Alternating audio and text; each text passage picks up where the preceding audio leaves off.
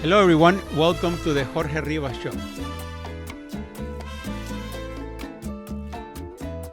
Today we'll be talking a little bit about what we've been hearing in the news for the last few days about the gentleman or the young teenager in Texas that got stabbed and murdered by another kid. As you heard, he was stabbed in the chest. He died. And the perpetrator just got sentenced to about 30 years in jail. Here we're talking about Austin Metcalf. After the conviction and sentencing of Karmelo for stabbing Mr. Austin, there were a lot of people out on the street protesting, saying, "Oh, let Karmelo free, let him go, or don't sentence him. Give him a light sentence." You're like, what the hell is wrong with you people? Only because he's black, now you think that he wasn't guilty? Only because he's black, we need to let him go? We need to let him out in society? What will happen if this crime had been committed in Africa? Let's take Nigeria, for example, one of those countries where the population is about 90% black. Do you think that when a black African in one of these countries commits a crime, half of their neighbors, half of their people that live around them will go out in the street and say, well, let my friend go because he's black and he doesn't deserve to be in jail? If that was the case, probably in these countries, maybe they don't have courts.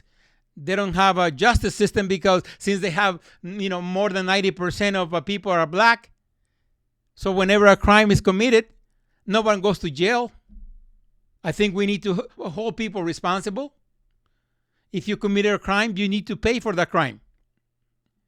And the people protesting out on the street,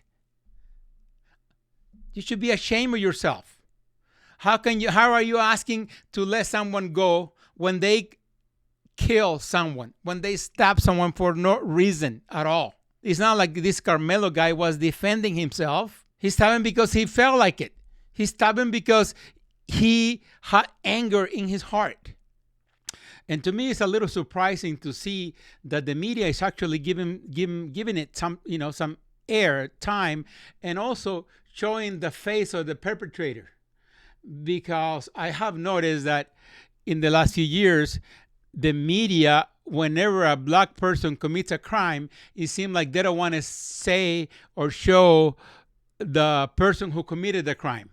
I'm not talking about this particular case, cases in the like I said, in the last few years, they might just say the name of the person. But if it's a black person, they don't want to show their faces. They don't want to say it was a black man. But if it's a Caucasian, if it's a white person, they have no issue with that. And to me, that's troubling. I think is not right. I think it's totally wrong. I don't know. Maybe the media thinks that if they show the person's face, if he's black, they're going to be called out, or they're going to be named racist for showing who exactly is or who committed the crime. But I want to go a little deeper into this, not only especially these stories, but overall what's happening around the country. Not too long ago, we saw videos of graduation, mainly of black young men and women, where in some areas there were violence. In other instances, they were beating up each other. All the looting that happens during COVID or after COVID, were dozens and dozens of kids. And by looking at those videos, surveillance videos, it shows that 99 or 90, at least 90% of the people going to that were engaged in the lootings were all black. Many of the crime, statistically speaking, all the violent crimes, over 50% of the crimes committed in the United States are committed by blacks. And the percentage of black citizens in the United States is only about 13%. Yet they commit, like I said, about 50% of the crime. And someone will say, well, but why is this happening? I mean, how long has it been happening? What is creating this problem? Does anybody care? I mean, people, the media, like I said, sometimes they don't want to even show the faces of who's committing the crime.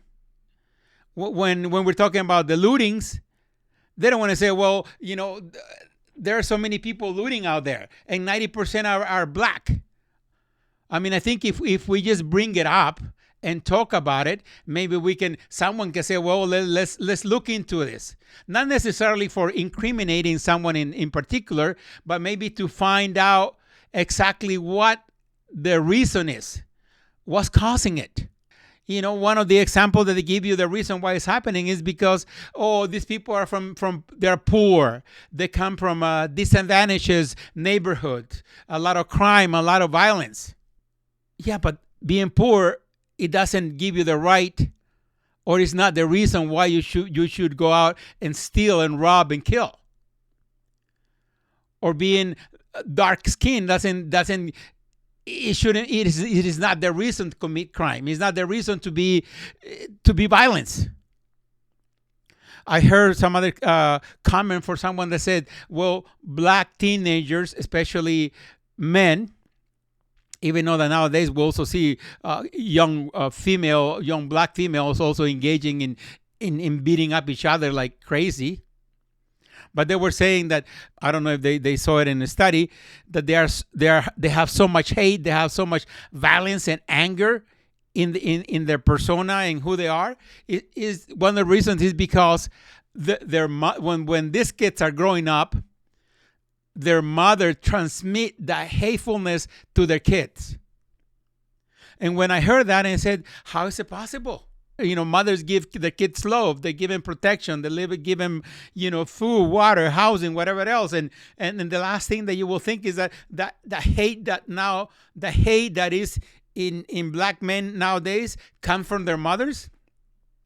And the explanation coming from this person, it was simply because the mother has maybe not only one son, maybe two or three, and she's so overwhelmed because in 90 or maybe not 90, but in 70% of the or more of the occasions, she's a single mother.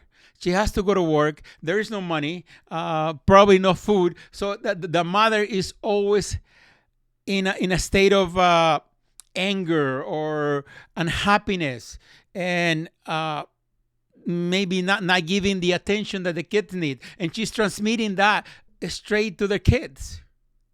And then the kids go out on the street and they find something similar out on the streets. So once they turn, teenagers, 15, 16, 17, 18, they don't have anything better to show or to bring out to society. All that they have is anger.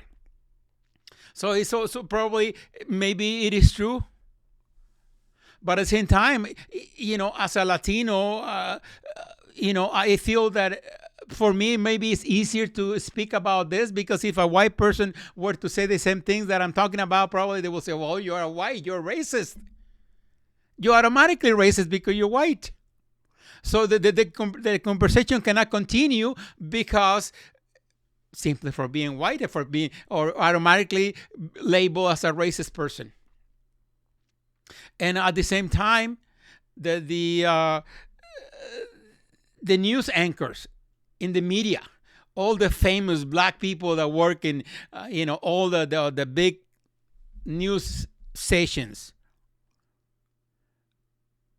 why don't they take their time and say what is happening to our teenagers? Why don't we go into details in making programs or shows and go down and see what is happening, just for the sake and the well-being of future generations? Because let's say that someone will say, or not that they will say that, they've been saying it for so many years, well, they live in poor neighborhoods. So why don't you move? As a Latino, as an immigrant myself, I came to this country with nothing. I was as poor as, like they say, as poor as dirt. But that doesn't mean that when I was extremely poor, I was going out there trying to steal, rob, beat up somebody else because I was poor. I found one job. I found two jobs, make money, stay out of trouble. And when I could, I moved to a better neighborhood. Nowadays, I don't live, in the foothills and next to multi-million-dollar homes. That's not where I live. But I don't live out in the ghetto, with the people that I know that are having difficulties. Because if that's where you stay, that's who you are going to be. So if you are a teenager, 17, 18, 19, and you have the capacity to walk into work, why don't you move and find something better to do and better yourself? Go to school, learn a trade. I did it.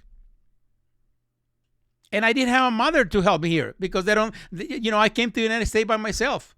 I didn't have a mother. I didn't have a father. I didn't have an uncle. And none of those things, gave me a reason to steal, to be violent, to beat up somebody else, stab him. So that is not a reason for people to say, "Oh, poor people, they're poor." Do they want to? Do they really want to get better? Or do they stay in the neighborhood because those neighborhoods have Section 8? I don't know if you know what Section 8 is. Is where the government gives you so much money a month to pay to live in an apartment. And then they give you food stamps. And then they give you other things. So if you don't have to pay rent, you get money every month to buy groceries. Then you can just be a lazy bum. And maybe sell drugs.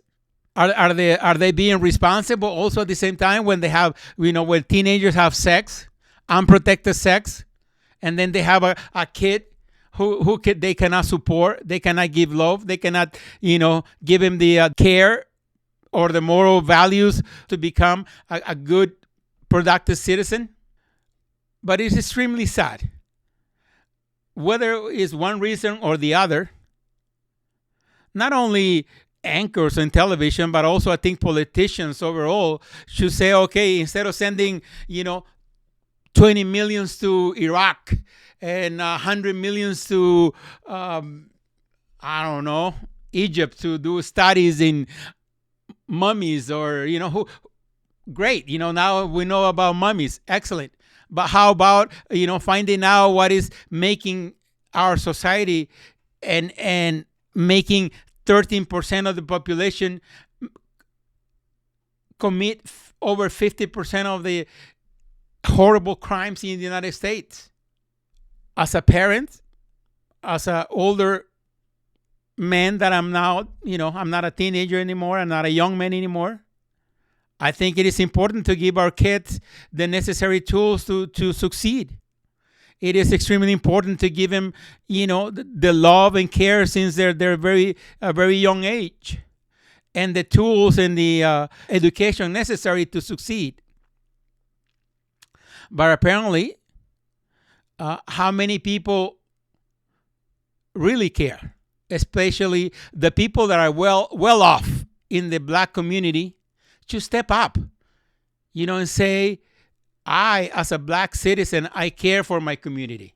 I, as a one who I'm multi-millionaire because I did so well in sports. I did so well in the media. I did so well because I'm a singer. I did so well in so many areas. There are so many people that they're making so much money. They should share some of the money and say, let's study this problem and get to the root cause of it. Because it is not good, it is not fair, not only for the Black community, but also for a person like Austin, now is dead. His family is suffering. Lost a son that they will never have back. And from the killer, the same thing. He'll be in jail for the next 30 years. If he has a mother and a father, they'll be suffering as well. When the killer was 5, 6, 7, 8, 9, 10, 11 years old, did they do enough to make sure that he grew up to be a good man? I don't think they did. And I think it's time to wake up. It's time to be responsible from all sides. Thank you so much. Thanks for listening. And I hope you give us a thumbs up, you share, give us a like. God bless you. Until next time.